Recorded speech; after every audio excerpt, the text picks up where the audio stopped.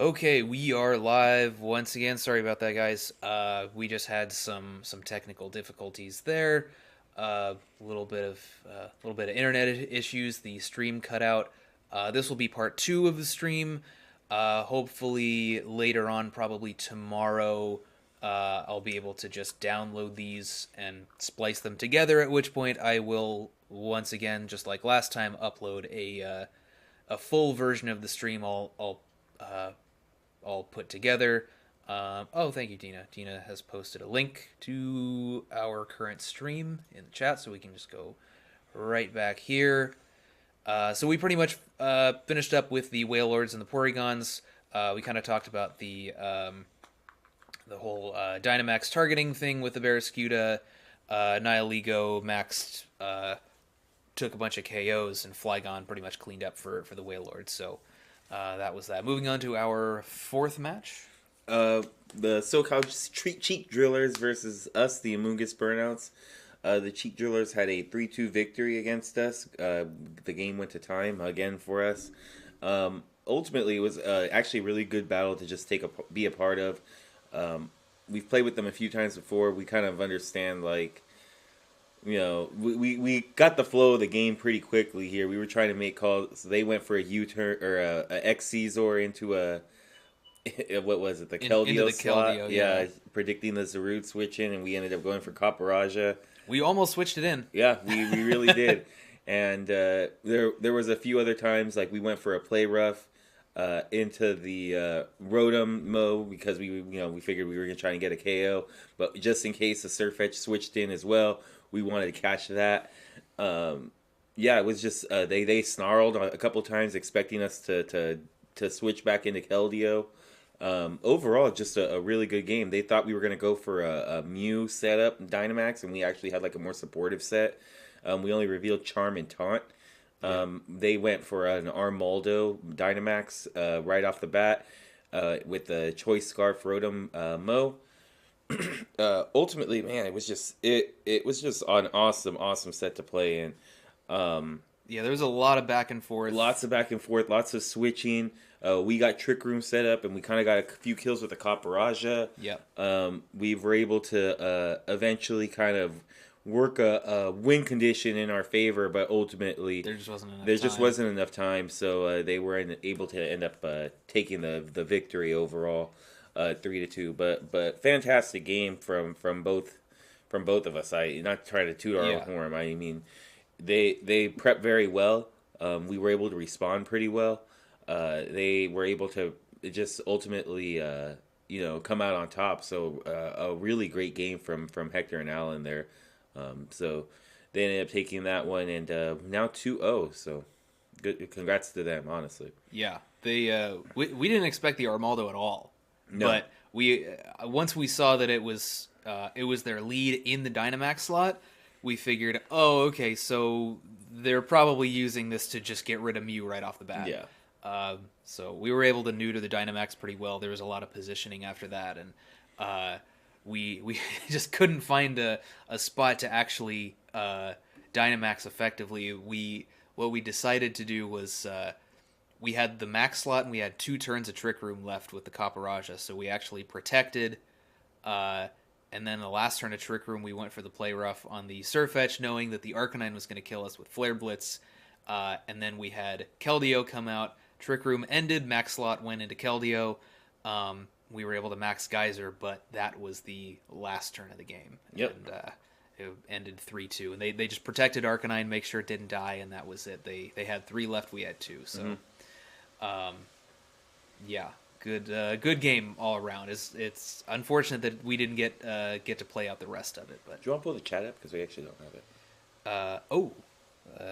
it? You are correct. Oh, there we go. Okay. All right. Oh yeah. Okay. Moving on to. Did you have anything else to say about that Nope. match? Okay. Dina, can you say something in chat real quick, just to make sure we're good here? Okay. So. Yes, Shield Division. Moving on to Shield Division. Our first match is the New England Patrats versus the Regigeezers. This one was pretty straightforward. It was pretty... Thank you, Dina. It was pretty pretty similar to what we saw from the Patrats last time, except actually worse for them. Um, the Geezers just went for their beat up stuff. They led with the Persian Cobalion. They got the beat up off pretty early, and it was a little bit precarious in the first couple of turns. They were trying to figure out which Pokemon to target. You know, do we airstream the Urshifu? Do we rockfall the Thunderous? Because of course the Patrats did lead with those two again, as you'd expect them to most of the time. But they got through it without losing a Mon. They were able to blow through the Urshifu and Thunderous, and once they got through those, the Patrats just had nothing left to handle what the Geezers had. I think they ended up going for a parting shot out into Volcanion, and so those three Pokemon were the only ones that actually hit the field the whole game, and the boosted Cobalion was just able to blow through everything. They ended up winning 6-0. So not really too surprising once they were able to effectively break through that lead, because like we said the last week and in our initial draft analysis, Patrats just don't really have much beyond that. So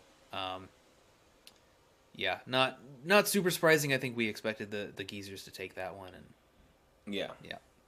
Next was the Platinum Pixies versus St. Louis Bulus. The Pixies ended up coming out on top on this one.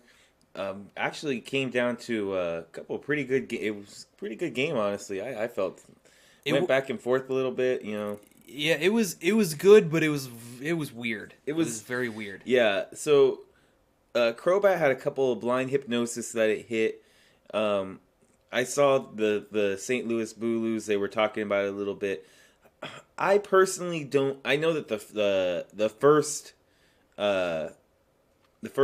hypnosis was kind of messed up or whatever, but they went for a follow me that term. They said that they got two 3-turn sleeps. They actually only got a 1 2-turn sleep and 1 3-turn sleep. Yep. I believe the Regigeezers woke up in 2 turns. Reuniclus woke up in Regigeezers. They got me with the Rennie. That's what it is. It's called Reuniclus, Ryan. The Reuniclus woke up in 2 turns, but one of the things that happened was that one of the chances that they had to Dynamax, they chose not to Dynamax. They ended up Psyshocking into the Protect on the Crobat, the Protect on the Beware. Yeah. And the Crobat actually used Super Fang on it and brought it down to half health. And then right after that, the Klefki was able to set up Light Screen in one of the other opportunities that it had to Dynamax as well. After obviously the hypnosis as well. So I think that while they did have a little bit of luck, the Milotic maxing was one of the key things for them. That's why we have it here. Obviously, it put in so much work. It was behind the Light Screen.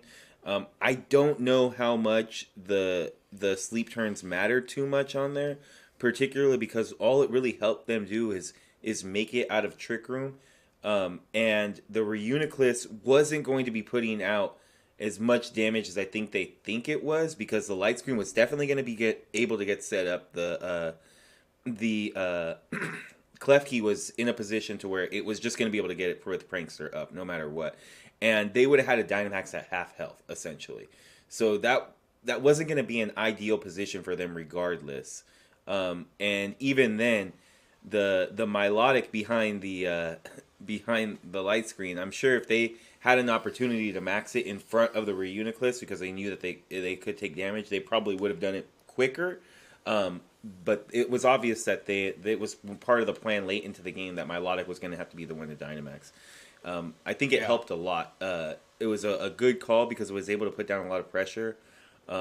I think I was able to get 1 coil up, and then after that, with Marvel Scale, 1 coil, geez, it just... I think actually the combination of coil and Marvel Scale might have been even more significant than the Dynamax, because we saw the Rillaboom go for a glide into the Milotic after it had those defense boosts up, and God, it just did nothing. Nothing. And it was in terrain, it wasn't intimidated, it just had everything going for it, and it just still did, like, I don't know, Dynamax maybe like 15-20%, to the total Dynamax damage? My Lodic wasn't even maxed.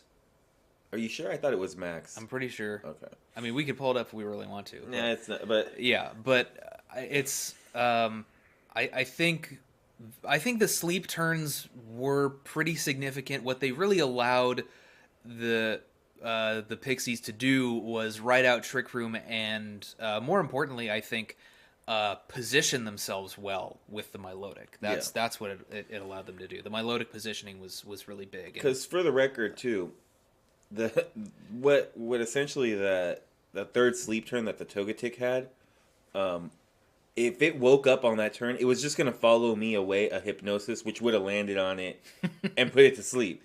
So, well, the Reuniclus was still at half health and still needed to turn to wait for the Dynamax to go to it, and the light screen was still gonna get set up. So like I said, even if they get a knockout there, the Milotic comes in for free. It probably goes, okay, cool. Now we're gonna Dynamax too. And then I think that the battle still, it turns out, still being the same way, because the first sleep turn probably was the more devastating of the two, if I were to be completely honest, because they were able to kind of put the pressure down with the Super Fang on there, and had the Togetic woke up. I mean, granted, it was only the first turn of sleep, so like it had no chance to wake up on that turn. But being able to redirect that Super Fang and then have the Dynamax go into that slot, they're definitely not thinking about it, because that's what happened. They thought about it. They went for the Side Shock into the Protect on the Beware, and then they had to wait 2 turns for it to come back again. Yeah. And by that time, they were asleep again. So I think that's really what kind of killed them on it. So.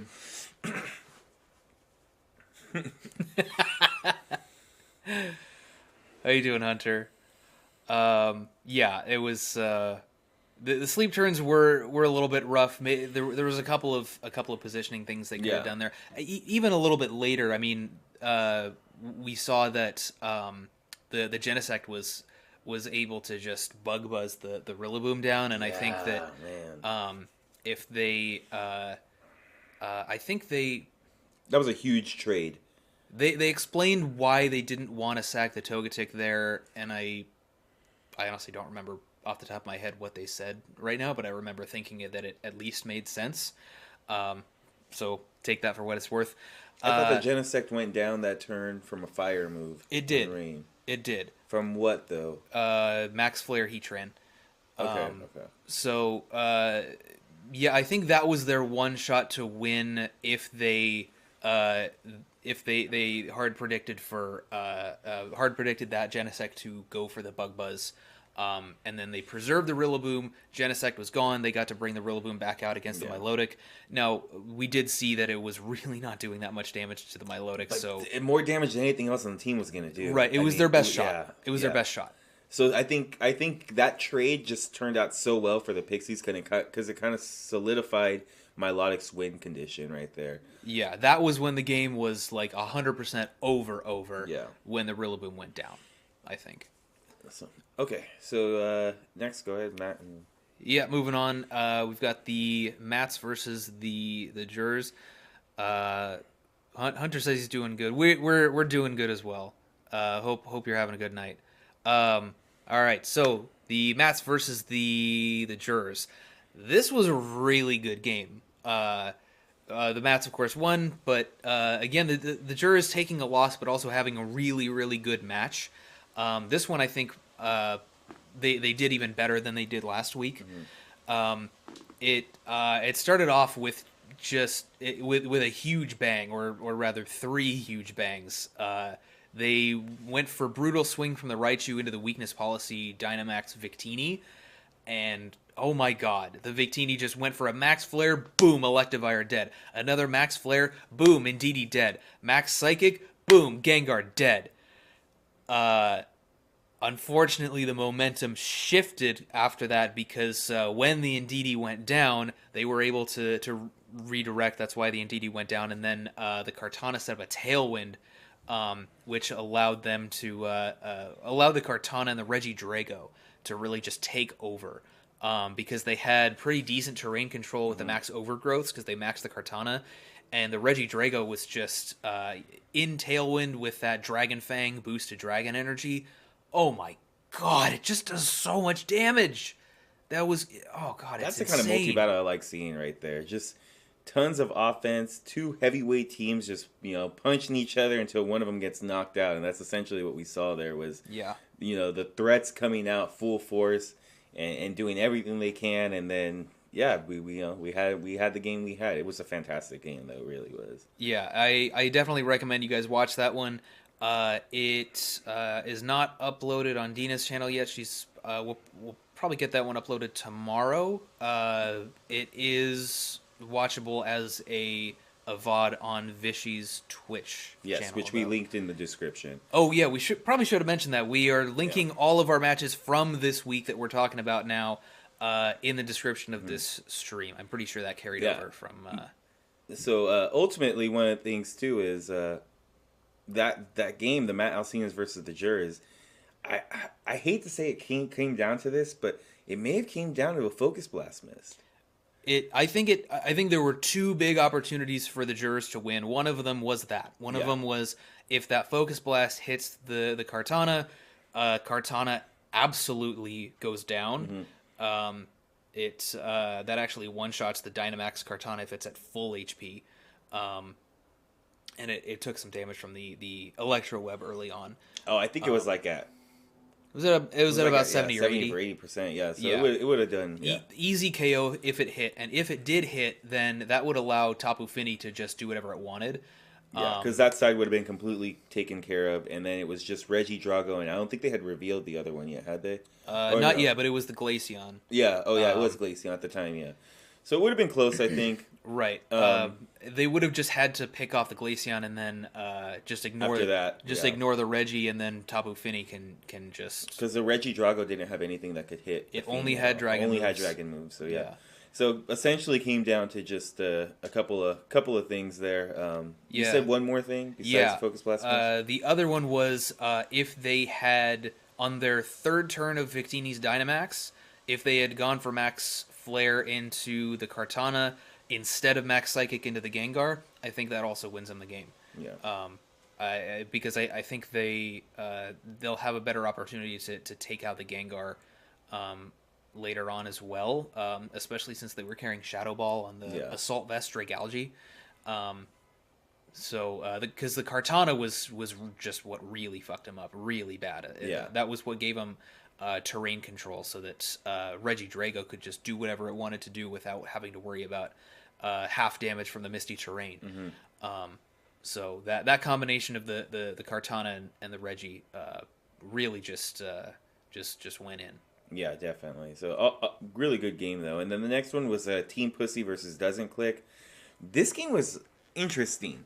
It ended up 5-1 going to Team Pussy, but man, it went back and forth for a really long time, and ultimately it just came down to Team Pussy just playing well. I mean, I think they ended up with what was the lead? The bunny. I always forget its name. Diggersby.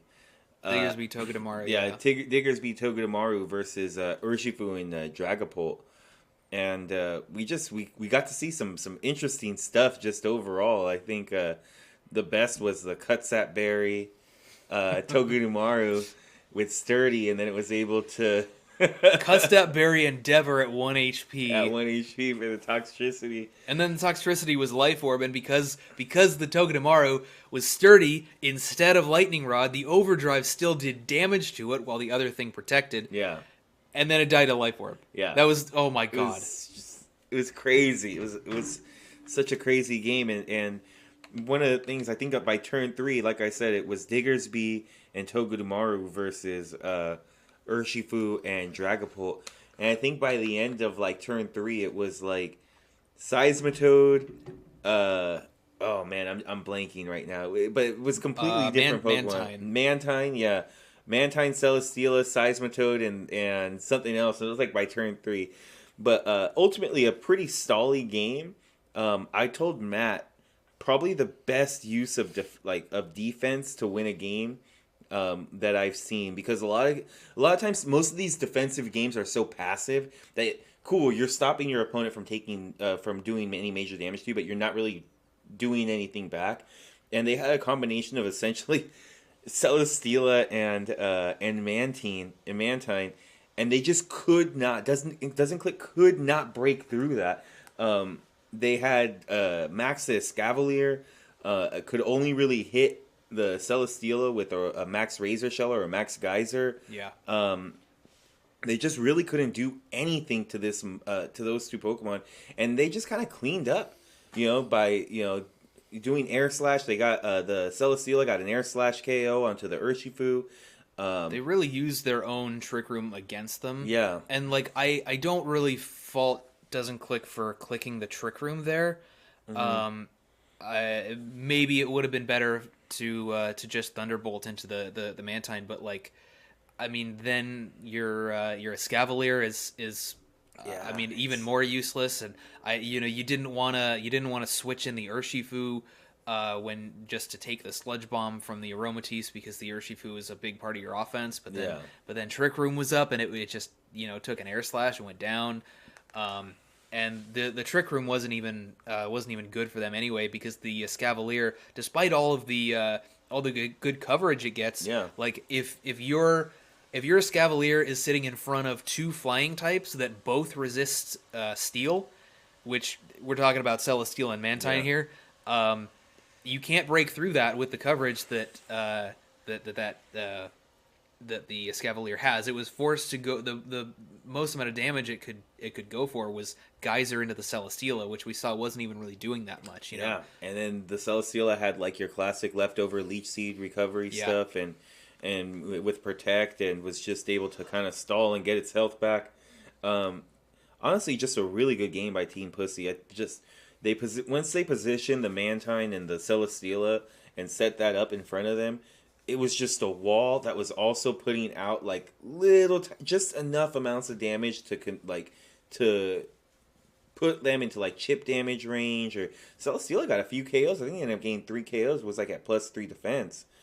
Something like that, 2 or 3 KOs. Yeah, and then like they had Toxic too, I believe, on the Mantine. Was it? Oh yeah.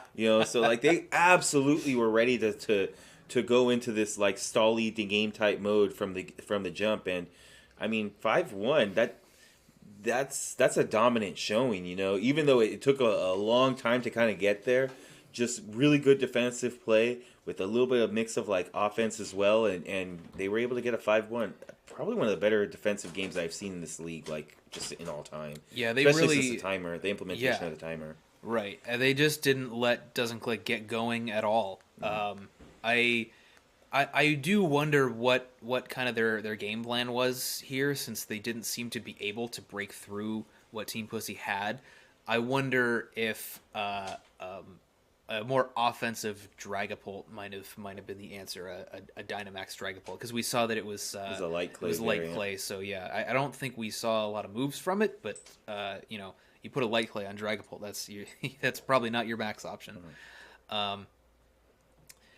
All right, so that's going to be all of our week 2 games. We went into kind of a lot of detail there, so we're probably not going to spend too much time on the actual rankings here, but let's move into those right now. Okay, so we'll fly through them real quick. Yeah, we've got 2 through 18. Starting down here, number 18 with the Patrats. They were here last time. They lost 0-6 this week, so really can't do anything more with the Patrats. They're down here at 18. That's kind of how the cookie crumbles. At 17, we have the Porygons. They moved down 1 spot.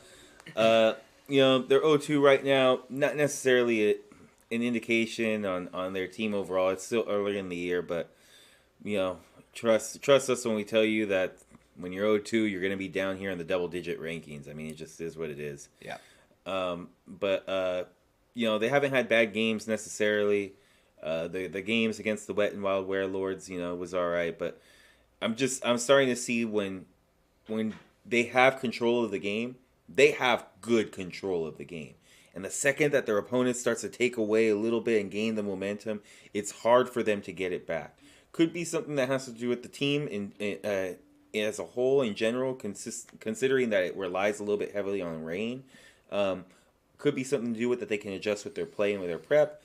But that's kind of something that I'm seeing, is that they're able to get to good starts, And when they have control, they're able to pick up the KOs that they want.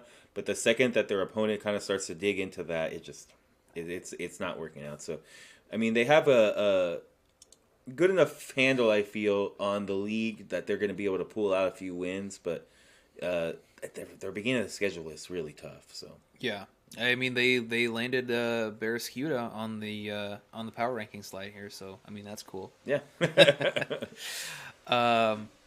We do like to put mons on here that did work in some capacity. So if you're ever wondering what those are for, it's just kind of whatever we liked seeing for the week, whatever did work, that kind of thing. We usually like to put them on the same slide as the where the actual teams are. So we got Barraskewda and Kaparaja here. Anyway, moving on to number 16, we got the Mediocre Mudkips. Just had a couple of unfortunate things happen in their game this week. The Potatoes did really, really well against them. I don't want to take anything away from the Potatoes and their Sent to Scorch play, especially. That was really cool to see. But yeah, I mean they messed up the genning on their Rotom Heat. They made a mistake. Seemingly made a mistake with the Dynamax Primarina. They haven't even brought their Gourgeist, and frankly, in order to really utilize the Glastrier usage, I think they need some transactions, or at least one transaction to get another Trick Room setter. Not just a different Trick Room setter, but a second Trick Room setter to one that's a little more just to help the diversity there. Because honestly, if you're using Gourgeist as your primary Trick Room setter, it's tough because it has a lot of weaknesses. And Ice Horse it wants to be in Trick Room. That's where it thrives. That's how you're going to win games, by reliably setting up Trick Room. So I would look into that. I think if they can do all of that, they'll be back to their old selves. They'll start winning some games. Next, we have the Platinum Pixies at 15.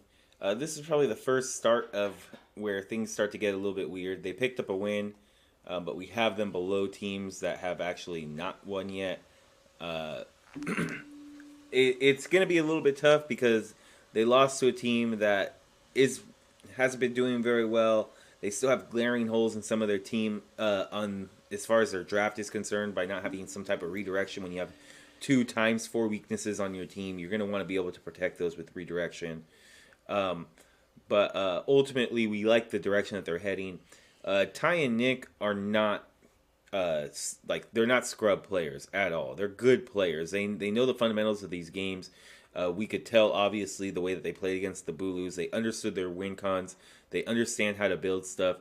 We just think that their draft is a little bit lackluster, but that's something that literally every team has to kind of go through growing pains in their first season, like figuring out this format, what works, what doesn't. I mean, heck, we're 0-2. Like, we're still trying to figure out what works and what doesn't, So it's just one of those things where, hey, they got a good win this week against the Bulus, I feel, but I think they're going to need a little bit more to kind of bump themselves up. So we have them at 15 for right now. Yeah, I think, I mean, it was a kind of precarious win because it did, part of it seemed to rely on some heavy RNG that went in their favor.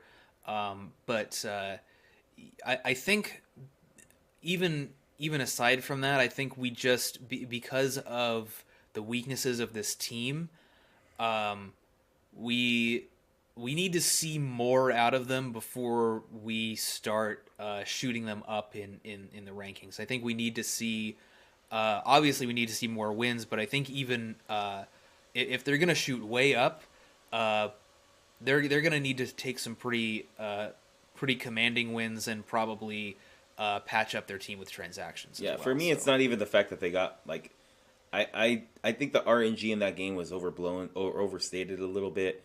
For me, it's strictly based on the Bulus have a better draft than them. There's glaring holes in their draft. While I like the play from the 2 players, those things are keeping it from me from moving them up a little bit higher. Mm-hmm. So. Right. And then moving into the Bulus, we have them at 14. They took a loss this week, of course, from the Pixies. Was kind of a weird one, but yeah, we felt that we couldn't really move them down anymore. I mean, they're already pretty low. This is kind of the same story for both us and the Bulus. We were already pretty low. I guess I'll just address both of those at the same time. And then also we have 13 ally switch spammers. They had a bye this week, so we just kept them where they were.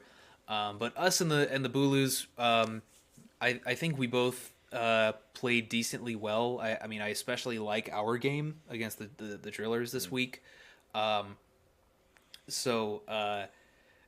Because there were like we didn't just neither of us got absolutely wrecked. You know, there wasn't anything super catastrophic that really warrants us being moved down, especially since we're already pretty low.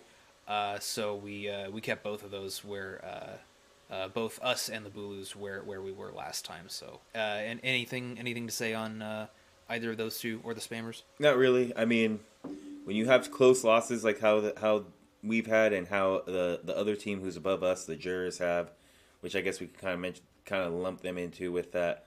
I mean, you can't go down any lower. You guys, we feel that those teams have a. Ben says, "What a surprise! Dad likes his own game." Yes, we do. We do like our own game. Go watch it. You'll like it too. You won't admit it, but you'll like it too. You'll like it. It was a good. It was a well played game. we didn't play terribly for once.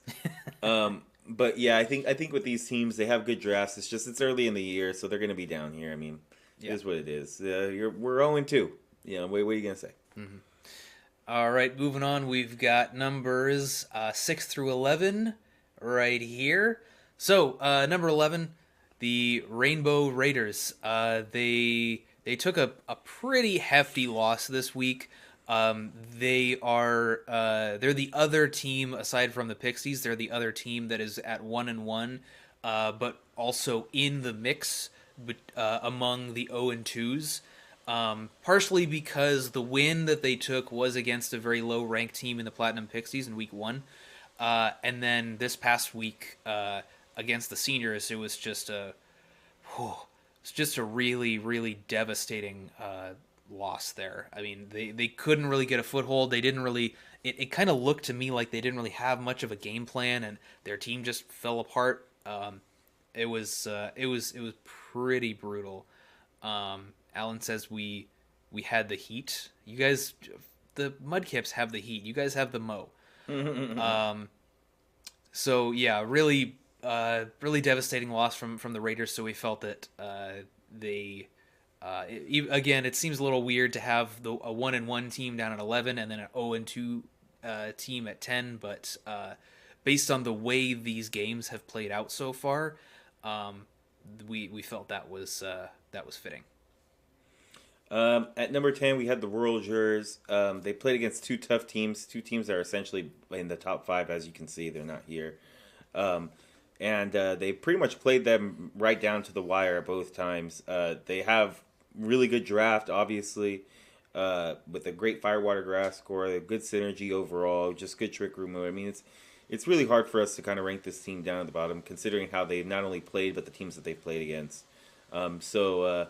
Number 10 right now, the best of the 0-2 teams in our opinion, and even better than some teams that have one win on their record. So right now, you gotta watch out. It's still early in the year, so we have the Jurors at number 10. And then number 9, Darnheck and Delibirds. They were down here at number 9 last week. They had a bye, so here they are once again. That's we generally like to keep. I think we've said this before last season. I guess I'll just clarify it again. We generally like to keep teams that had a bye at where they were the previous week. Sometimes it doesn't work out that way because based on what's happened over the week, sometimes a team might do especially poorly or especially good where we like really need to shift some things around, and that causes maybe a team like the Delibirds to go like up or down one slot. But it's usually no more than one slot. Right. And usually it's 0. Usually we can keep them where they are. If we need to move them based on some other stuff, we will. But this week we were able to just keep both of the bye teams where they were. Number 8, Doesn't Click, not getting a slide this week. It's all right. Join the club. We're not getting one either. It doesn't look like we won't be getting one for a little bit. Kind of an aberration, but they got beat pretty handily by Team Pussy. A team that it's good. It's good that Team Pussy's a good team again. Mm-hmm. Honestly, the league is a better league when they're good. Honestly, so being doesn't click and pretty handily. They have a good squad, so we should be all right. You know, not really worried too much about them. But for now, they're dropping 6 slots into the number 8. Speaking of Team Pussy, really quick, I believe. Oh, okay, never mind. The league is actually picking them this week for the pick'em. So, okay. I thought it was quite a bit. It was a lot more even there, but okay. That makes sense. Okay. Yeah, Dina says happy to see our Victini being honored. Yeah, I mean it's it picked up some serious KO. Like the three when you get 3 KOs on all 3 of your Dynamax turns, I mean that's exactly what you want. That's a good use of Dynamax. Max mileage. Yeah. So pretty good stuff. Speaking of Pokemon that made it onto this page here, we've got the Potatoes with their Gmax Centiskorch up next. They just had a really commanding win. It's kind of unfortunate some of the building issues that the Mudkips seem to have, but still, I mean, just a really great showing from the Potatoes. Even though the Potatoes and Doesn't Click are both 1-1, and Doesn't Click actually beat the Potatoes in week 1, we felt like the way that their games so far have played out actually warranted the Potatoes being 1 slot above them, because Doesn't Click ended up getting beat pretty handily by Team Pussy this last week. It was they weren't really able to get a foothold and do much of anything, whereas the Potatoes had a really good showing for their win this week. And in their first week, even though they lost to Doesn't Click, they put up a really good fight. They're doing really well. They have a really strong team. We've said it before. We really love those top 3, and they have yet to even max the Metagross. So props to them for their win. They did really well with that. Centiskorch got 5 KOs. They actually maxed it. Yeah, it's good stuff from the Potatoes. I'm expecting I'm expecting the Potatoes to be stronger than ever this season. Next, we have the SoCal Cheek Drillers. They've been doing good, man. You got them at number 6. Problem is that they have only beat teams that haven't won a game yet. That's true. That is true. So, but hey, they got Armaldo up here on the board. They got Armaldo on the board. Sorry about that. But that's the only thing keeping them out of the top 5. We like the roster. We think it's good. They're doing well with it. They're building properly. Excited to see what these guys are going to be able to do, man. They're this close. They just need to beat a team that's basically gonna has a win or 2 under their belt. Sorry, guys, we can't be a better resistance for you. But what can you do? They're playing the Mudkips, so. They're not going to be able to add, if they win another one, it's not like they're going to be able to add a team that's going to be another team that's winless. Yeah, true. Yeah. But hey, you got to beat the teams that are on the schedule. That's all that matters. So 2-0 right now. They're proving themselves that they're going to be one of the better teams in the league, hopefully. I think, it's so tough, man. It's early in the year. I think we had the Russians. They went 3-0 or 3-1. Something like that, yeah. And last season, and they missed playoffs. And then you had, the Team Pussy. They started off 0-4 and almost made it to playoffs. Matt Benevici, the Matt Alcinas, 2 seasons ago, they started terribly and were able to make it into playoffs and actually got to the finals. So yeah, it's still early in the year, but SoCal Cheek Drillers, they're doing their thing, man. So yeah, Dom says he wants to see Exploud next. Yeah, I do too. I'm actually really happy we got to put Armaldo up here because it was their Maxmon this week. Yeah. And I just figured, like, first of all, that's just cool, and like, what at what other time am I going to be able to put Armaldo on these goddamn slides? Like, Yeah. probably never. No. I didn't expect to see it come out in our game anyway. Yeah. Even though it was like, the decision makes sense. I actually like that call from them. It's glad I got to put it here too. So, all right, moving on to the top 5. This next team that's coming in at number 5, we had kind of a hard time deciding whether to put this team at number 6 and Drillers at number 5, or them at number 5 and Drillers at 6. We landed on Drillers at 6, and the Regigeezers at number 5.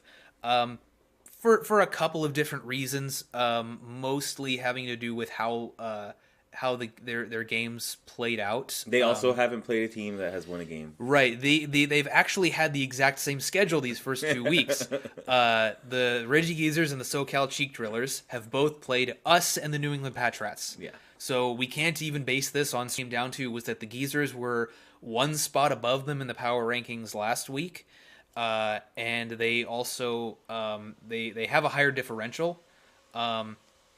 Their games were they went quite a bit better. I mean, they kind of just they got through the first couple of turns, and then for both of their games they were able to just kind of go with the flow and do what they needed to do to win, and that actually ended up in a 6-0 victory this past week. Because they were able to just blow through that Urshifu Thunderous lead, and then this goddamn Cobalion here just wrecked everything with those justified boosts. So not really too much more to say on this team. This is the beginning, or number 6 right here with SoCal Cheek Drillers was really the beginning of the 2-0s. All of the teams up here in the top 5 now are 2-0 as well. So we got Regigeezers down here at number 5. At number 4, we have the Dubs, the Wet and Wild Wailords, picking up two wins against a good team in the Russians, and then also the Porygons. You know, they're not a bad team either. So honestly, I think it's just more has to do with the fact that they're not only 2-0, but having pretty good wins just in general, good play. I think that they've showed that they can put together really good prep. I think that the Araquanid having a dark move to be able to hit the Jellicent with, otherwise it was going to be completely walled. Yeah. Being able to understand that the Dynamax rotates to protect the Nihilego there, make sure that it can get the protected so that way when the Max comes over to it could have as much HP as possible. Overall, I've seen just really, really good prep. The Dragon Dance Flygon this week, leading the Incineroar against the Barraskewda team. A lot of things. I said the Russians last year, Dina. You guys were the Russians last year. But yeah, a lot of things in general. I think that their prep has just been really good. Probably the only time was just at the beginning of the game this last week. We saw the Bronzong went down immediately, the Bulu went down immediately. It seemed like it was falling apart a little bit, but overall I like the team. I feel that they just need redirection, but whatever. We're 0-2, so we'll see what they do with transactions. So. Yeah, we'll see. That Chansey hasn't come out, and I think they're starting to notice that this timer is you don't need no help with this timer, man. You just don't. I would honestly be surprised if Chansey is still there after transactions. I mean, so Joe and Sierra are pretty seasoned draft players, so yeah, true. I would assume that they're at least taking a look at transactions, if not this week, in the future. Yeah. One final thought on the Wet and Wild Wailords. Just get us a goddamn logo, man. Yeah, please. Joe said he was just gonna throw something together on Microsoft Paint. I'll take it, man. We'll take it, yeah. Just do it. Yeah, we'll take a wolf style logo, a wolf intro style logo, whatever, man. Yeah, fine by us. No problem. I don't want to have to put this Wailord up here again. All right, coming in at number 3, the Sadistic Seniors with their stupid, amazing, beautiful, awful. I love it so much. Can I just say I'm so glad the Seniors I got a slide on here and they're in the top 3. It's it feels like a long time coming, right? Yeah, no, they really deserve it too, especially given how their games have gone so far. And God, it's just the threat level is just, it's so strong. We keep reiterating this point, but it's just so true. Every single time something comes out, it just puts so much pressure down. Mm-hmm. It's just like something else hits the field, and it's like, oh God, we have to deal with that now every time. Yep. And it's no coincidence that it allowed them to win in such a commanding fashion this past week. So Yeah. there's not really much more to say than that. We went into more detail about that game early on, and they've been doing very well. 2-0. So, yes. Congrats to them. Keep it up, guys. And number 2, another team I'm happy that is getting a slide on here is Team Pussy. Yeah. We talked about it before. It is fantastic when Team Pussy is good in this league. They're great players. They know how to build well. They're going to start recording their matches now, so we're going to be able to see some more stuff from them. But this is a team that won it 2 seasons ago. They missed the playoffs barely last season. I can't wait, man. I can't wait to see what else these guys can do. They put together an impressive showing against Doesnt Click. They put together an impressive showing against the Mudkips. 2 teams that have been predicted to do very well in this league. Yeah. And they put together 2 really good games against them. And this team, their comfort picks, they're just showing that they know what to do with it. So, yeah, I can't wait to see what else they can do. Like I said, I think the comfort picks combined with solid Pokemon like Celesteela and Cinderace, it's really going to help them out a lot. Don't have redirection, but I guess they don't need it, right? So. I also just I liked putting Togedemaru here mostly because I know that Celesteela, I think they're their kill leader for this week, but dude, cuts that berry. I just loved I loved that turn so much. The Custat Berry at the 1 HP with the sturdy and Endeavor, and Life Orb. Like almost, it's not priority, but it's basically a quick claw Endeavor at 1 HP. Yeah. Oh, it was so cool. And then not having Lightning Rod actually made the toxicity go down. So that was crazy. I loved that. So just had to put Togedemaru up here, at least for that. If Team Pussy stays up here in the top 5, which I think is likely, there will no doubt be another point at which Celesteela is the appropriate mon to put up here. So I'm sure that's going to be the MVP more than once. Exactly. There's going to be a few times. Yeah, we got 9 more weeks, and it's a good S tier. So, all right, and once again, number 1. Jeez, man, they're just. I hate that we were so right about this team. Well, it's only been 2 weeks, but yeah, I mean, so far, yeah. Yeah. We need to bring back We're Idiots and We're Geniuses. Yeah, we do. Because man, we knew that this team was going to be good. We knew that Ben and Vichy behind the wheel of this team was going to be good. But man, they just... Did you see the Dragon Energy knock out both of the World Jurors Pokemon? Just the Victini was at 75% health and oh my lord. That was so ridiculous.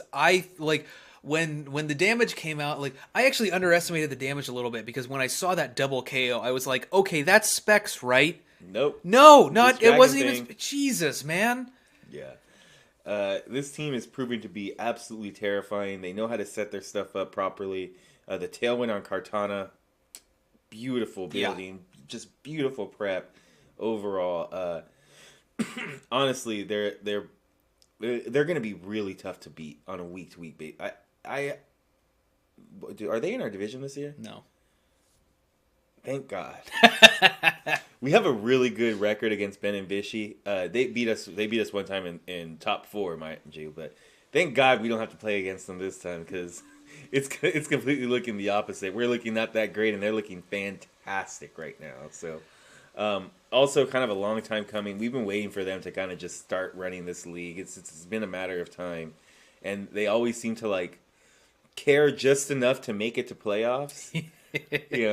But this time maybe and it's not like they scrub out of playoffs. I mean, they made top 4 last season. They made finals the season before. It's just like they sleepwalk through the regular season. They're like, how many wins do we need to make it? 6? Yeah, we'll get 6. I wonder how much of that is real and how much is just. I mean, they're they are who they are. Also, they have 10 legitimate Pokemon that they can bring at all. Most teams don't have that. Most teams don't have that. And Vishy still refuses to bring a bluff. Think about that. Yeah. Think about that. That they legitimately have 10 Pokemon that they can bring on a week-to-week basis every single week, and he still refuses to bring a bluff. If you're watching this right now and you see, oh, hey, he's doing it on purpose. I don't know why. I don't know. He was raised badly by Matt. I respect the commitment. Yeah, right? That's what I'll say about that. Dom asks, are you rethinking Regidrago's tier? I've actually been thinking about this since the last battle.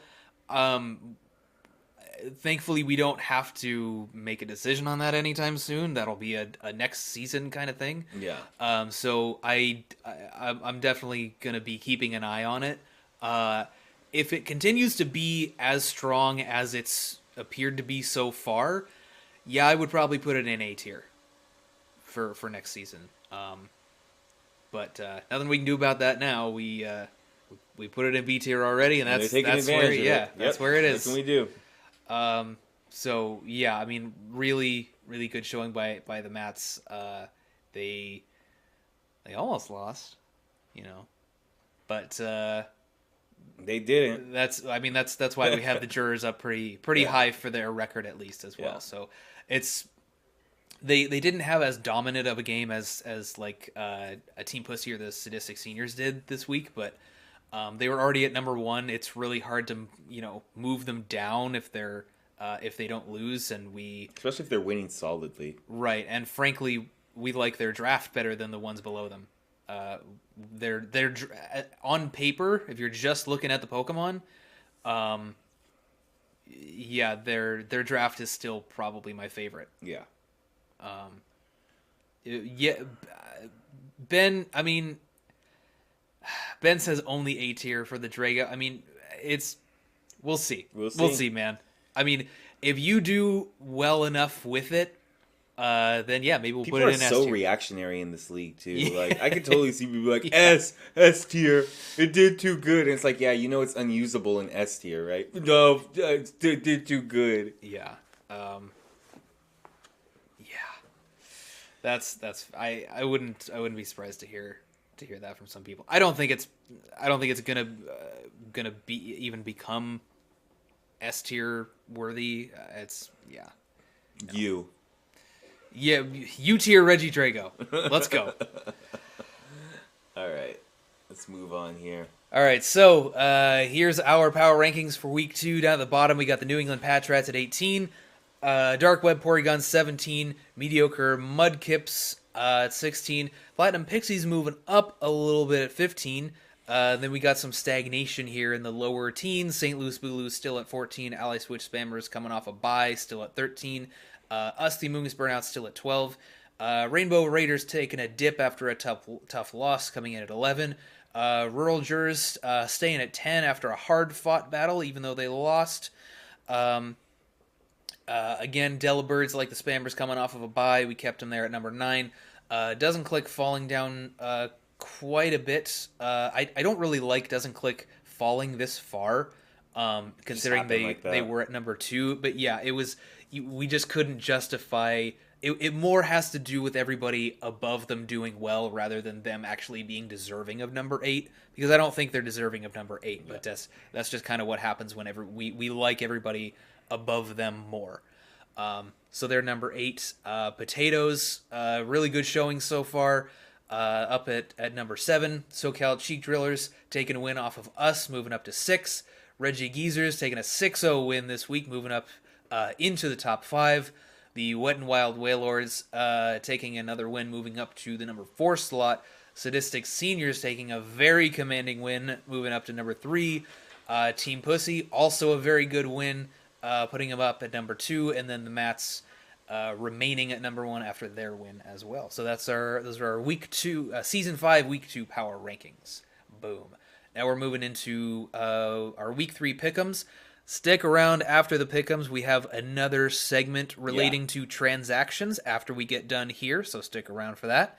Let's But fly through these real quick so we can get to that. yes, okay. So week 3 pick'ems. We've got the Dark Web Porygons versus the Darn Heck and Delibirds. This one is a little bit difficult because we haven't seen much from the Delibirds yet. They took one win, then they had a bye. But I think they performed well enough that we actually like their odds against the Porygons, especially since the Porygons have yet to pick up a win so far. So Yeah, it was tough though. I think this is going to be a close game overall. It can really be a toss up. This is one of the ones that I'm a little bit less sure on here. But you're right. I think I like what I've seen out of Delibird so far. Their draft is not something that I typically would like, but they seem to be doing okay piloting it. So yeah, I agree. I like what we've seen out of them so far. You want to take the next one? Yeah, sure. Sadistic Seniors versus the Potatoes here. Man, right into another really close one. Like we kind of debated this one for a little while. Yeah. We're picking the Seniors. We just think that they have a lot of that threat level. The way that they've been playing is going to be really hard to stop. The Potatoes' amazing synergy has been helping them a lot. But their passive style of play might kind of play into a little bit more with the Seniors. Metagross is something that we talk about that could be possibly an issue for the Seniors. But they've done such a great job just kind of figuring out ways to deal with problematic Pokemon. We saw Starmie this week. Like, yeah. I mean, I don't want to put anything past their prep. So a toss up because we like the Potatoes draft and we like the Seniors draft. I would say that right now the way we're kind of leaning is no disrespect to Alyssa and Henry, but man, the Seniors are playing fantastic. And even though we don't like their draft as much as maybe we like the Potatoes draft, they're playing at a little bit higher of a level than the Potatoes right now. They're it seems like they're hitting all I think that's up for debate. Yeah, and I see that's the thing. That's the thing is that it's going to be close, but ultimately this is going to be one of the must-watch games. The Seniors, we're picking the Seniors here. Yeah. But again, if the Potatoes won, wouldn't be surprised at all. Yeah. Moving on to the next one, we got the Rainbow Raiders versus the Wet and Wild Wailords. This one we thought was a little more straightforward. The Wailords are 2-0, even though they've had a couple of precarious spots in their games. But the Raiders, they are 1-1. They've beaten a pretty low-ranked team, and then they also took a pretty devastating loss this last week. So based on the way these two teams are playing and what we know about the players, we think the Wailords are most likely going to take this one.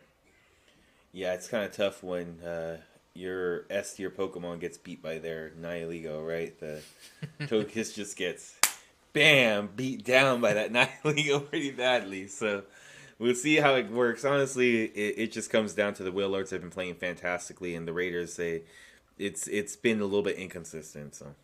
Yeah. Next we have the SoCal Cheek Drillers versus the Mediocre Mudkips. We feel that this one can go either way as well. But the Drillers lost to the Sky Pillars, well, formerly the Sky Pillars, now the Mediocre Mudkips last season. Probably looking to get a little bit of revenge, but man, the Mudkips don't want to lose 3 in a row. They just don't. So it's going to be a good game ultimately, but we think the Drillers have a lot of tools in their toolbox with this team of theirs, and they've proved that they have good ways to kind of build around certain things. The Mudkips are kind of... Dina says we're going to fly through these and we've been sticking on them forever. Yes, you're right. The Mudkips, they've had some building issues, so if they can overcome a couple of those building issues, then who knows, maybe they'll be all right. But they definitely don't want to lose 2 in a row. I also think it's going to be difficult for that Glastrier to blow through a team with Blastoise. So yeah. Valley VVS, who most likely is Brian from the SoCal Cheek Drillers, is saying that the Cheek Drillers are pretty good. I wonder why he would say that. Can't be any type of bias, I'm sure. Let me ask him a question real quick. If this is Brian, where's the list, bro? Bobby's getting released tomorrow. Where's the list? Anyway, let's go back. All right, moving on to Shield Division. Let's fly through this.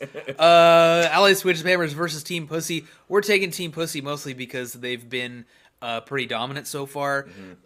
We are not. We haven't seen much from the Ally Switch spammers this season. Now we know that previously they were the Toronto Talonflames. We know they're a very good team from last season, but we haven't seen. We've only seen them using their draft once so far, kind of like the Delibirds. But this has more to do with how dominant Team Pussy's been.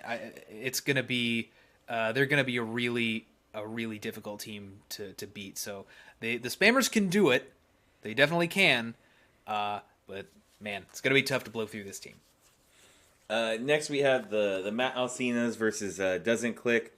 This one's gonna be close too, man. But we just like the Mats a lot in this, just in general. Honestly, this is one of the most significant matchups of the whole season. I think. Yeah, like I don't think they've ever played each other before. It's gonna be close, man. Like the Dragapult Urshifu can cause some major problems for the Mats here, but I think the combination of being able to have Indeedee, having the Regidrago as well, I think they're gonna be able to do some stuff here. Support Dragapult might be pretty good here too. I'm not trying to give away too much stuff, but I could see like Screens might actually do some decent help with something that just has a very offensive mode like this, just being able to kind of mitigate some of the damage and hitting them back. But yeah, it could. It's gonna be pretty good. I like the Mats, man. They're gonna be all right. Doesn't Click going 1 and 2. I don't know if they usually don't like to lose 2 in a row. Oh no, they don't. Yeah, no, so we'll see. Yeah, this is another one. Like if it goes the other way, would not be surprised at all to see it. Next, we got the Regigeezers versus the Pixies. This one is also a little bit more straightforward. We have a top 5 team going up against one of the bottom teams. And on paper, looking at these two drafts, I mean, the Geezers I think they just have so much to overwhelm the Pixies, and yeah, I mean, I don't think there's a whole lot to say. The Pixies could potentially bring out the big guns and catch the Geezers off guard with something. I'd be surprised if that happens. I think given how these two teams have been doing so far and how much stronger the Geezers draft looks on paper, I think it's going to be hard, really hard for the Pixies to actually pull this one out. Yeah, it is. After that, we have the New England Patriots versus the Rural Jurors. Pretty much the same story. Not a top 5 team, but the Rural Jurors have been playing very well. They just haven't had that win to put under their belt yet. The New England Patriots, their draft has holes in it, and their play has not been up to snuff, I would say.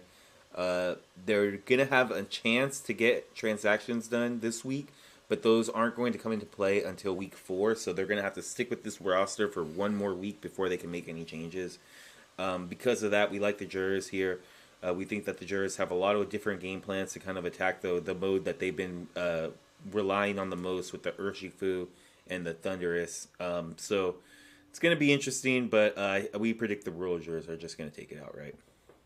Indeed. All right, so and then our buys. We are on a buy this week, as are the St. Louis Bulus. So we'll have to wait until week 4 to see if either of us can actually pick up a win. Yep. All right, so that's going to do it for our week 3 pick'ems. We are not done yet, though. We have transactions tomorrow. Tomorrow being Tuesday. It is still Monday night here, even though it's almost midnight. Whatever. So we wanted to do something a little bit different that we haven't done before. In preparation for transactions, we wanted to give you guys our thoughts on basically what is the most valuable stuff that is still on the board that you can pick up for transactions. Now, there were a lot of Pokemon we considered putting on these lists. We're doing Pokemon from multiple different tiers, S, A, B, and C tiers. There's a lot of stuff we considered putting on these lists, but we had to kind of limit ourselves, and we also want to let you guys know that if there's something still on the board that we don't mention that might work well with your team, we're not telling you that it's not worth trading for. It's more general. Right. This is more just general value. Splashable. Right. We're not really thinking about how these are working with any particular teams. So if you have stuff that you want to go for and it's not here, by all means go for it. We're not telling you that it's bad just because we're not mentioning it here. So there's plenty of stuff that's going to be really viable that we're not even going to mention. Just these are generally the strongest Pokemon that didn't get picked during the draft. So, with that being said, we've got just a few from the S tier that we're gonna go over. So the first one being the Urshifu Rapid Strike. We saw both of the Dark type Urshifus getting picked, as opposed to last season we had one of each. Both of the Gmax forms got picked. The Mats had the Dark type, and the Potatoes had the Water type. This time, both of the Dark types got picked, the Gmax and non-Gmax. So both of the Rapid Strike Urshifus are still available. We kind of know. We know what Urshifu does. It's not really too versatile. It's not one of these Pokemon that's going to be like, well, it's used like this in VGC, but in draft you can do these other things with it. It's mostly just going to be that powerful offensive physical attacker. It has a unique typing, which is basically just limited to itself and to the Keldeo, which we have. If somebody brings up Poliwrath, I'm going to tell you to get out of here right now because that thing sucks. The seniors tried it. Yeah, they won once. You don't tell me about Poliwrath. Yeah. The only water fighting types in the game are Keldeo and Rapid Strike Urshifu. But it's got a unique typing. And because of the crits on both the Wicked Blow for the Dark type and the Surging Strikes for this one, there's pretty limited counterplay to it. It's really hard to mitigate the damage against it. The only thing that really works consistently is like a burn. If you try to boost up your defense or lower its attack or set up Reflect, Crit doesn't give a shit about any of that. So it can be a little bit tough to play against because of that limited counterplay. Want to take the next one? Yeah, let's fly through these, Matt. Come on. Okay. Or you want me to just take the slide? You can take the next slide? Yeah, go ahead. Okay, Venusaur. Let's go through it. Venusaur, in my opinion, is the best weather abuser, frankly. It's got amazing coverage. Grass, poison, and ground work so well together, and it threatens sleep at the same time. Mm-hmm. It's got such a powerful Gmax effect, even though it's a little bit less powerful in a 6v6 format like this. But it's so good, and it's so difficult to play against because you don't know. Like this applies to VGC and draft. Really, you don't know which way it's gonna go. You don't know, is this gonna max or is it just gonna sleep powder me? I have no idea, and it's so hard to cover for both. When we were prepping for the Mats in playoffs last season in top 4, they had the Ninetales and the Gmax Venusaur. God, it was such a bitch to prep for. It's so good. It's so powerful. You do need a drought user to really completely unlock its potential. But that's totally doable because both Kanto Ninetales and Torkoal are on the board. Mm-hmm. So even Kanto Vulpix down in C tier if you really want that. And then we have Tornadus Incarnate. Prankster Tailwind is just amazing, especially with dynamic speeds. It's got other Prankster stuff it can do. It likes to taunt a lot. It can set up Rain Dance. Maybe it has one or two other Prankster things it can do. Its support move pool is a little bit limited compared to a lot of other Prankster users. But the Tailwind is just so powerful, and it's pretty diverse in the ability, in the kind of offense it can offer. It can be a good special or physical sweeper. We see Defiant Thunderous a lot in VGC. Not so much the Tornadus, but this is a case of not something you see in VGC. Could be really good in draft versus specific stuff. But it also has the ability to be a really powerful special sweeper as well. It does have access to Nasty Plot, so it can be a really good Nasty Plot max Airstream sweeper. I'm actually using Tornadus Incarnate in another league, and I can tell you it's really good at all of that stuff. So really, really good S tier there. In the A tiers, we have Couple of the birds here from the new Galar region. Dude, I am shocked that neither of these got picked. Yeah. How are they both still on the board? They're really high value A tiers. What the fuck, dude? The fact that they're A tiers, they're good Dynamax options because they have Stab Max, Airstream. Articuno obviously, has a ton of potential with like Calm Mind, things like that. Gets Trick Room, gets Tailwind, gets all those stuff. Zapdos also just really good, just in general. Not as good as the Galarian Articuno, but for its tier in A tier, Dude, sometimes it might be better, honestly. Yeah, I think the main thing is like the stats. Having a 600 BST Pokemon with like really good stats, just in general can be very good. And the fact that they're max Airstream sweepers can really, really help. So, honestly, for being 60 points, I think really worth it in these particular A tier.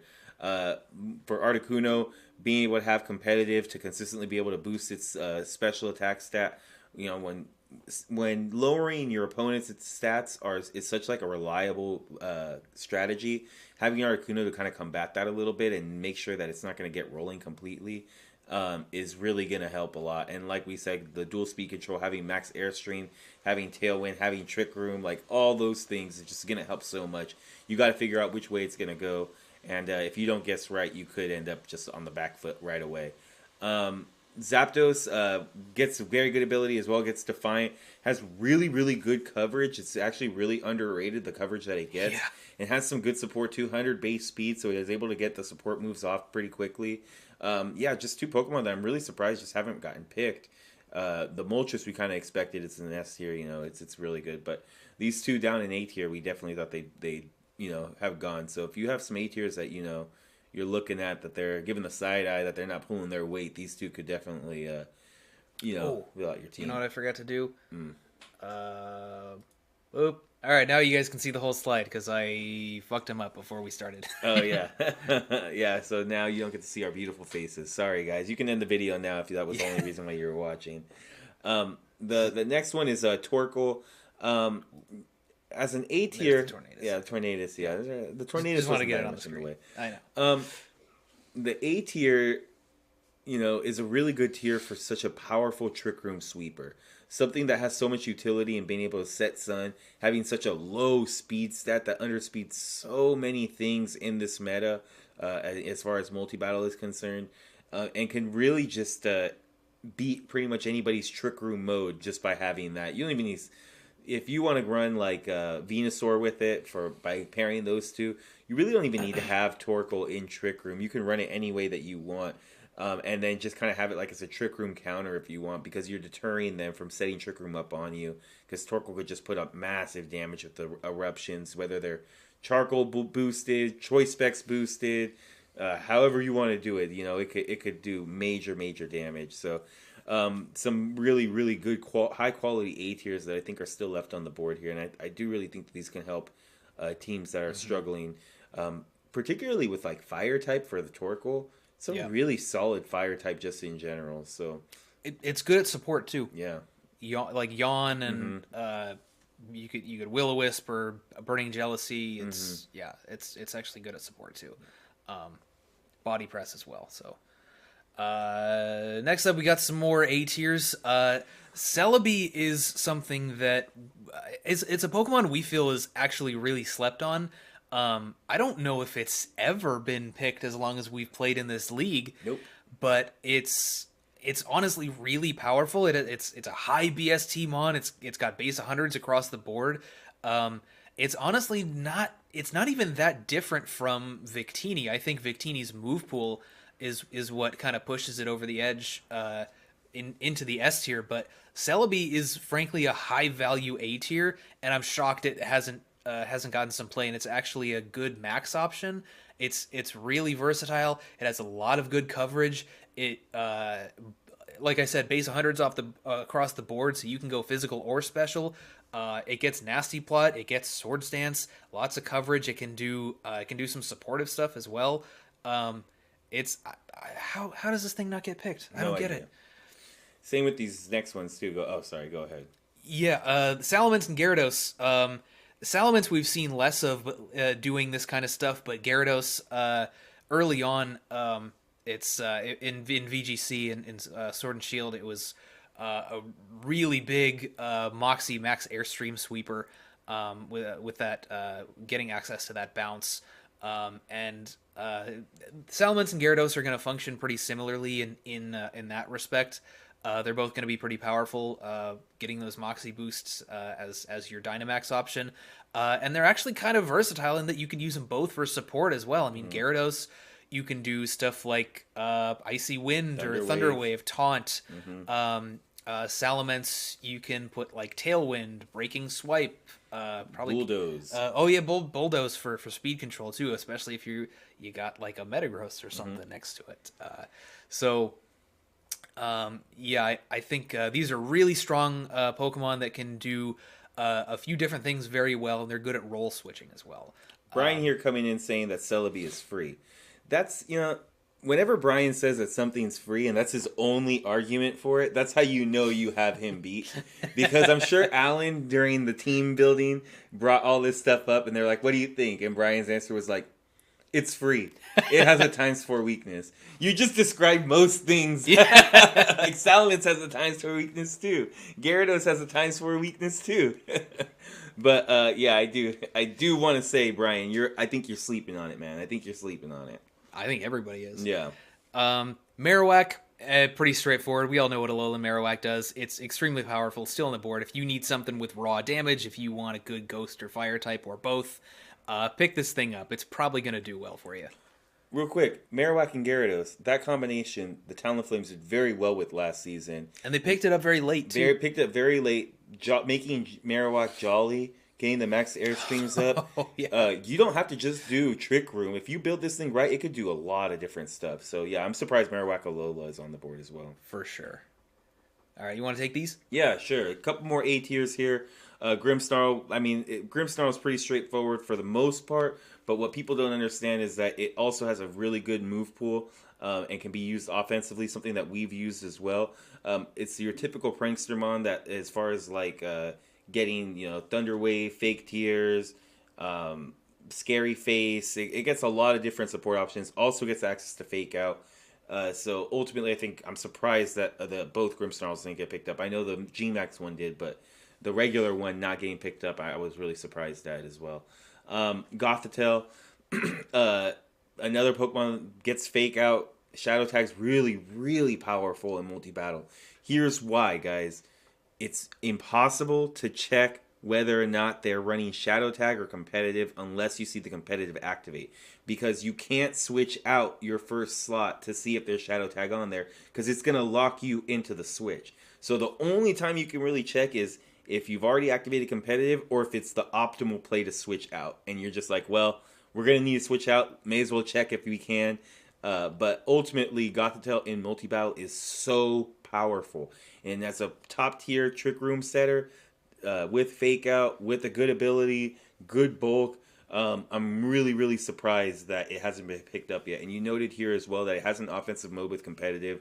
Something we kind of saw early in the season was the competitive G-Max Gothitelle, or the Dynamax Gothitelle. Yeah. That can start doing some major damage once you get it going. So I'm surprised that Gothitelle hasn't picked up. Lucario. I'm actually going to cut in here real quick. Shannon, Ferret, take the Gothitelle. Oh man, yeah, that would be really good if they're listening to this. That would be really good. Being able to trap in with Ice Horse. I mean, pretty much the way you beat Ice Horse is by defensively switching your way out of Trick Room. Damn right. You can't do that with Gothitelle. But yeah, it'd be very, very, very powerful there. You can also get stuff like Heal Pulse, right? Yeah, it gets a lot of good support. Yeah, it gets a lot of really good support. And then Lucario gets access to Inner Focus, so it can't be it can't be faked out. Pretty much the best redirector left in the A tier. Can be ran a number of different ways too. You don't have to just run it as a redirector. It has decent stats to be offensive if you want it to. We saw that in early 2017, not last resort, Final Gambit has kind of been like really nerfed a lot. Yeah. But it can still have a niche in multi-battle because we know where the Dynamax slot is going into on a turn-to-turn basis. And Dynamax isn't super powerful, or it only lasts 3 turns in multi-battle. Having Lucario kind of come in late and just be like, oh, I can pick off any of these, with the final Gambit can be pretty good, especially for like an A tier where like for the rural jurors, they have Victini. That's their S tier. You don't want to be final gambiting stuff with your S tier Pokemon. Right. You want to get really good mileage out of those. But for an A tier, it's like, hey man, if we can get a good trade out of that, that'd be perfect. So I think the final gambit can be used a little bit, but obviously you're going to be using it a lot for Follow Me and the fact that it can't get faked out. It's going to set you up for a lot of turn 1 setups that just can't be stopped because you have a redirector that can't be faked out. And it's actually decent offensively too. Yeah. It's not the best, but like Inner Focus makes it so much more viable as a physical attacker. Mm-hmm. You could just put a choice item on it and have it like clean up at the end. It actually gets Swords Dance and Nasty Plot. Inner Focus also makes it good at being a coaching user. Yeah.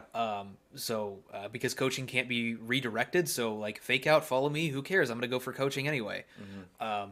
It can actually do a lot of good stuff. I think its stats are a little bit lackluster, but you can make it work. And the reason it's really up here in the A tier is because it is probably one of the most reliable redirectors because of the Inner Focus. People always like go, oh well, it doesn't have Prankster like Riolu. It's like, yeah, but it still has better stats, and Inner Focus is a really good ability. Like, so it can switch modes, whereas Riolu can't. Yes, exactly. So it'd be good. All right, moving on to the B tiers. We got a couple of Tailwind users. These are probably the best Tailwind users you're going to get out of B tier. The Noivern and the Aerodactyl. They're both very fast. Aerodactyl hitting 130 base speed, Noivern hitting 123. Fast Tailwind is incredibly good with these dynamic speeds in this generation.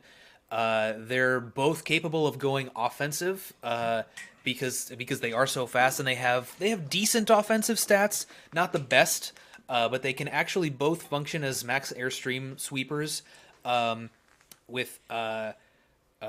Finally, after who knows how long, Aerodactyl actually has a good physical flying move because it has dual wing beat now. So that's pretty good. You don't have to rely on fly if you want it to be a max airstream user or use flying type attacks in general.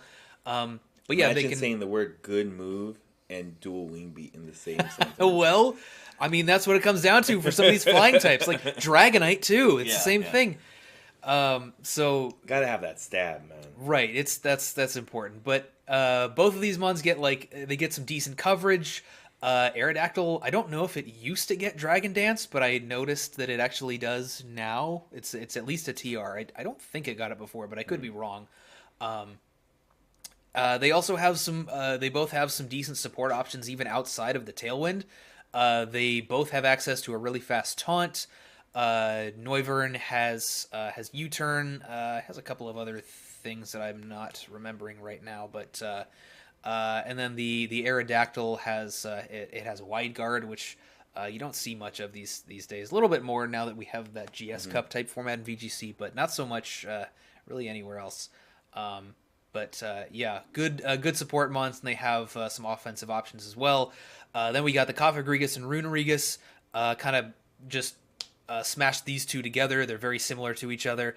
They are, as far as we can tell, they're pretty clearly the best Trick Room setters left in B tier. So if you want a Trick Room setter out of B tier, you're probably gonna want to look at either of those, which are good options. They're very bulky. Ghost types can't be faked out. We actually considered taking one of these over the Slowbro, actually, but decided that Slowbro was at least better for our purposes. So, they're both still on the board, both very good. And then the Hitmontop is actually an A tier last season. Mm-hmm. It's actually a pretty valuable B tier. It's very good support. Intimidate, Fake Out is not something you get on a lot of mons. It's also got the Quick Guard and the Wide Guard. It can offer some pretty significant offense as well. It's not the most offensive Pokemon. I think its base attack's only like 95, but a stab close combat is always going to hit hard. Yeah. And it's got some other coverage as well. You can even like self bullet punch on some of your mons if that tickles your fancy for the weakness policy proc or it gets mock punch. Honestly, as an well, amazing support Pokemon. Yeah, I think it's has really a lot of tools. undervalued here in B tier. Helping hand too, Oh, gets yeah. access to that, like just stuff that helps. It can help your team like kind of push it over the edge a little bit. Yeah. And Other finishing B off the tier B-tiers, users, yeah. we have some prankster users here. We have Lipard, Sableye, Meowstick. I think all these get fake out as well, which is Yep. nice for prankster users. I think all these particular Pokemon can be used just depending on what you want, particularly. Sableye with Quash stuff. Meowstic gets like screens, Thunder Wave, things like that. Lipard gets Thunder Wave too, but also has the benefit of getting like Unburdened stuff as well. So if you're afraid of like dark types or anything like that, and you still want to have like a very fast support option, Lipard can still kind of fit in there by running like Unburdened with like a Seed or something like that to kind of really be able to get the fast support still going. Prankster Taunt is big on Lipard too. Yeah, Prankster Taunt, Copycat stuff if you're really into that kind of stuff. Yep. I like Lipard a lot. I'm surprised that it hasn't been it wasn't taken this season, considering that usually does get taken. Yeah. Then next, Electabuzz, last redirector on the B tier, has Follow Me. Eviolite can give it some decent bulk, has good support options. I think I'm actually pretty surprised that Electabuzz wasn't taken at all because Magmar, Magmortar, Electivire, all taken. I feel that like people who are a little bit more veterans in draft know that those get, Follow Me and you can use those and stuff like that. I'm really surprised Electabuzz wasn't taken because Follow Me is just at such a premium. Yeah. And then next, Pink Urchin, man. I mean, people think that we just hyped it up because we used it, but the reality is, rising voltage in electric terrain, you just got to do the calcs. Like if you look at it, it does so much damage. It's the low speed stat, can just help you win in so many different matchups.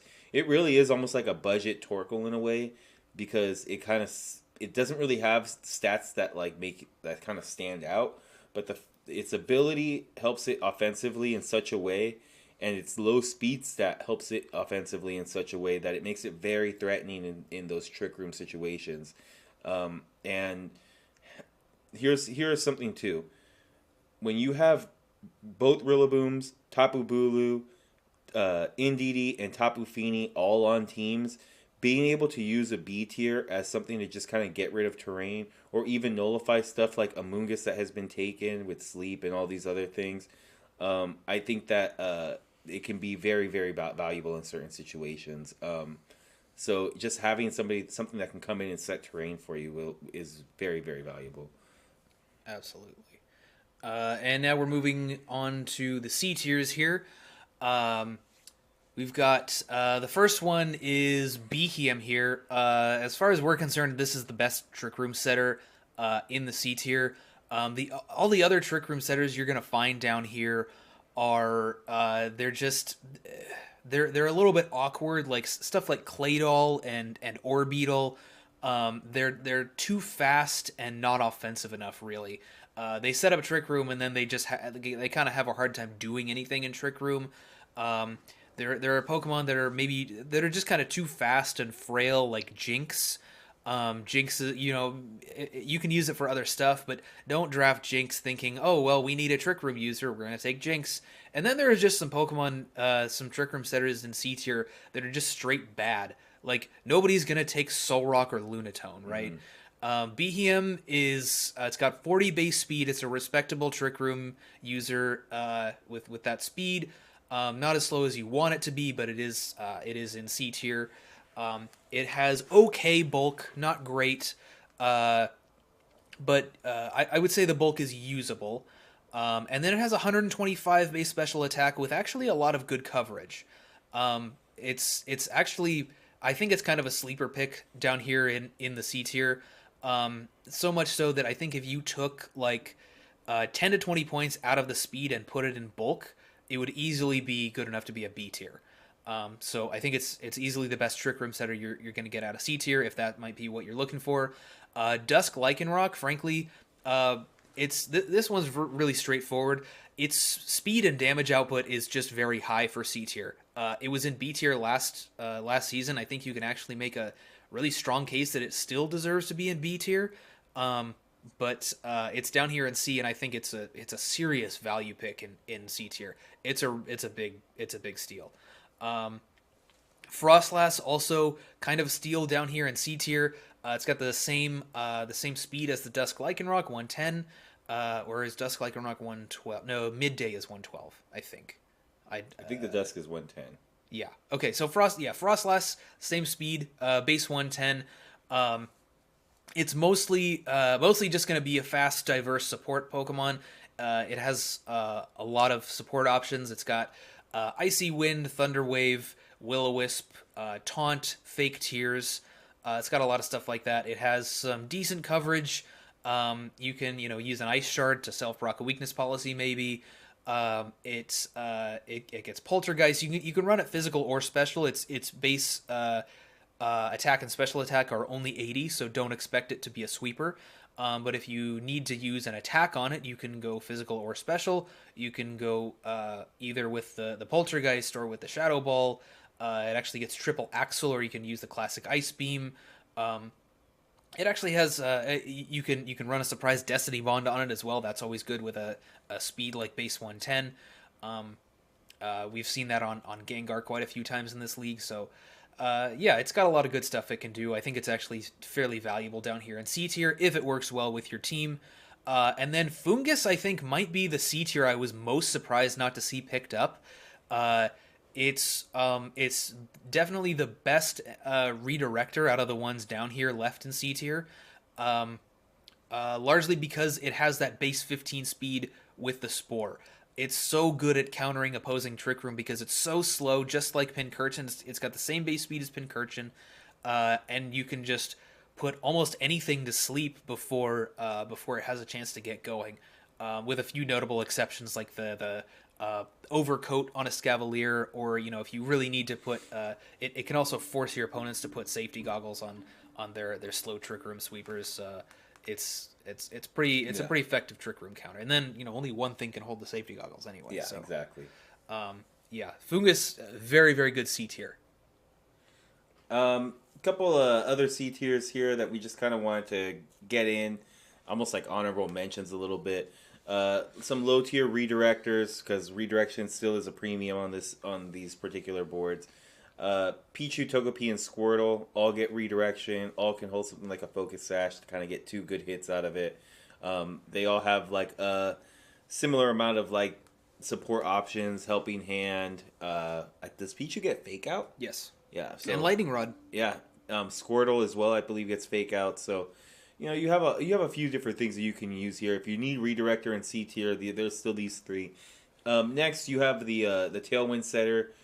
Golbat, Fletchinder, Skarmory, and Sigilyph. Particularly the Fletchinder. Sigilyph is also pretty fast as well. It's got like 103, I think. Yeah, on so the base speed. it can set stuff up pretty quickly. What's Golbat's speed? I think it's only like 90, but Golbat. The reason Golbat is so significant here is that it has Inner Focus. Yeah. Yeah, so with Inner Focus definitely makes it a lot better. So I think, if you're looking for some good Tailwind options, Fletchinder, man, I think having that could honestly be one of the top, budget priority Tailwind users. I think we're the only team right now that has priority Tailwind. We haven't clicked it, but, or brought it, but, yeah, one of the only teams that have it. And then just some Firewater Grass Filler. When we say this, there are some teams that we're like, oh, we have a Firewater Grass core with this D and E tier mon in there, and it's like, no, that's probably not going to do anything for you. Here are some Pokemon that can actually do stuff in the C tier that you're not going to have to spend a lot of points on. Scorch and Rapidash. I think Rapidash is a little bit more well-rounded and can probably do a little bit more for you. It has good coverage, has a good speed stat, decent attack stat. Scorch, I feel, might be a little bit more niche in its in what team it can fit on. A little bit awkward in the speed stat and some of the other stats that it has. But ultimately, we saw this week that it can do very well. It has really good coverage, has a very good ability to set up with like Coil, things like that. So if you're looking for fire types, Scorch, Rapidash are still there. Water, we have Crawdaunt and Kingler Gmax. Crawdaunt with the adaptability, be able to kind of hit things very hard. I think it has a, 50 speed stat? 55. 55 speed stat, so it's a little bit awkward, but still can kind of blow things up. And then Kingler Gmax, being able to kind of do like a icy wind type or max strike with water, I think. Double icy wind, actually. Yeah. Double icy wind, yeah, exactly. Can help a lot with speed control. We saw the Sadistic seniors, use this with Hypercutter too. Even though it's not great damage, at least it's consistent damage. It's got a pretty decent attack stat, actually. It's like 125, I think. So that's still good enough to where you can do some good stuff with it. Overall, I think Kingler is being a little bit slept on being down here in C tier. I think it can do some good stuff. Mm-hmm. You do have to waste a G max to kind of get the max mileage out of it. Might be worth it. But yeah, I mean, 2 stages of speed is huge. So. It's a good G max effect for sure. And then Executor and Trevenant, just as good Trick Room users too, that are also grass types that can kind of do offensive stuff as well. Especially in Sun. Especially in Sun, you got Chlorophyll, Sleep Powder, or Hypnosis from the Executor. Yeah, so I think Executor is a little bit slept on too. It has, got good decent stats. It can still set up Trick Room. It has the sun option, like you said, and Trevenant too. I think can just be a really good Trick Room user that you can use and rely on. And grass typing is kind of hard to come by too, anyway. So yeah, and just to be clear, there are more. We felt. We just felt like addressing the Firewater Grass Filler down here because we felt like there was actually kind of a lot, at least compared to the other tiers. But there's actually more of these Firewater and Grass types down here in the C tier that you can pick from. These are just the ones we felt were generally the best. I mean, you still have for fire, like you still have Flareon down here. For water, you still have like Lantern if you want that dual water electric typing, which is pretty good. You have Leafeon as another grass type. There's still other stuff down here. These are just our favorites out of them. And that should do it. That's going to be the end of our suggestions for things you might want to look at in your transactions tomorrow, or perhaps today if you're watching this recording the next day. So that's going to do it for our content. But we have a couple of announcements and reminders real quick before we sign off here. First off, we've been talking about doing these postseason awards. You may have heard something about this in one of our streams, or probably actually just in the Discord. We're going to be kind of doing a video or a stream handing out awards to certain players or certain Pokemon. Maybe the most, just to give you a few examples of what we're looking for, maybe like the most improved team or like the most valuable Pokemon, stuff like that. The most underrated successful Pokemon or something like that. The dark horse of the season. We're looking for suggestions just for different kinds of awards or honorary mentions for either Pokemon or drafts or teams, pairs of players themselves. So let us know if you have any suggestions for categories of awards we could give out. I think I'll actually set up a Google Doc that everybody can edit. You can just throw your suggestions in there. We'll take a look at them when the time is right. That'll be more toward the end of the season, but thought I would mention it here so you guys can give us some suggestions. Number 2, if any of you would like us to commentate your league matches, that's something that we're thinking about trying to get into a little bit. We're a little bit new to commentary, but we're thinking that maybe some playoff matches or finals, assuming we're not in finals, we definitely want to commentate at least that. The way that our finals match worked last season was that we just recorded everything. We didn't give any spoilers in chat. We sent it over to Alyssa and Taryn for them to do commentary over live.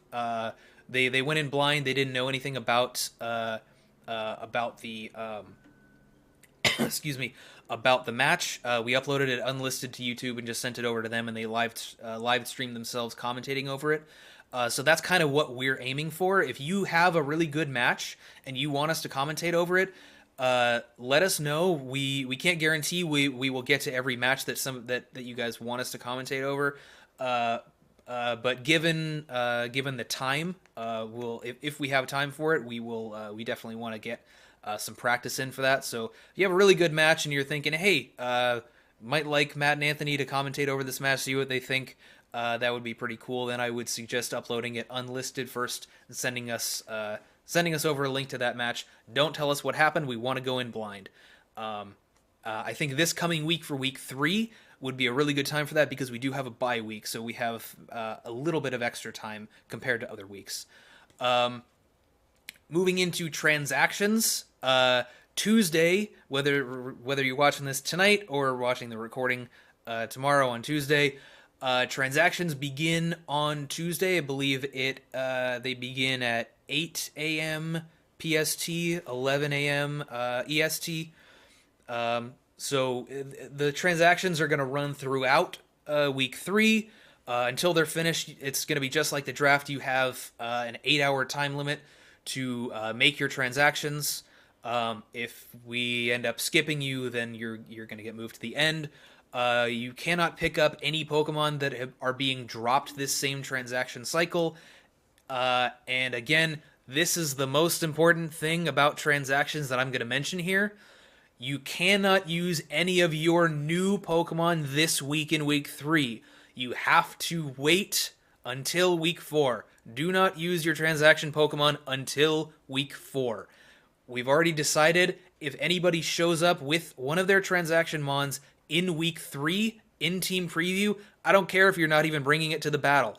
If it's in Team Preview, you will get an auto forfeit. You will lose the game, period. We're gonna send out a ping to all of the teams, notifying them of that after the transactions have finished as well. So do not use your new Pokemon until week 4. Just wanted to get that out of the way. And with that, that should do it for our stream. So let me turn this back on so I can. There we go. So that'll do it for us. Those are our week 2 power rankings. Those are our suggestions for things to look at in transactions, and a couple of announcements and reminders for you guys. So, any final thoughts? Good week this. I mean, besides us losing, good week this week. Yeah, to see some of your guys' matches, and honestly, as far as the commentating league matches, it would be a good opportunity to kind of give some, to kind of put a spotlight on some teams. Yeah. In other sports, you know, they call them like national broadcasts. You know, they'll put them on like Channel 4 or whatever. And, you know, normally that gives you a wider audience to people who don't see these things. Having us being able to commentate kind of gives it like a feeling of like, oh, this is the game of the week. You know, even streaming it, doing stuff like that would be cool to kind of put spotlights on certain games like that. So yeah, absolutely. I'm looking forward to being able to doing that. So if you got a good game, upload it unlisted, send it over to us. We'll see what we can do. Yeah. All right. And with that, that'll do it for us for this week. Good luck to everybody going into week 3. Yep. And we'll see you next week.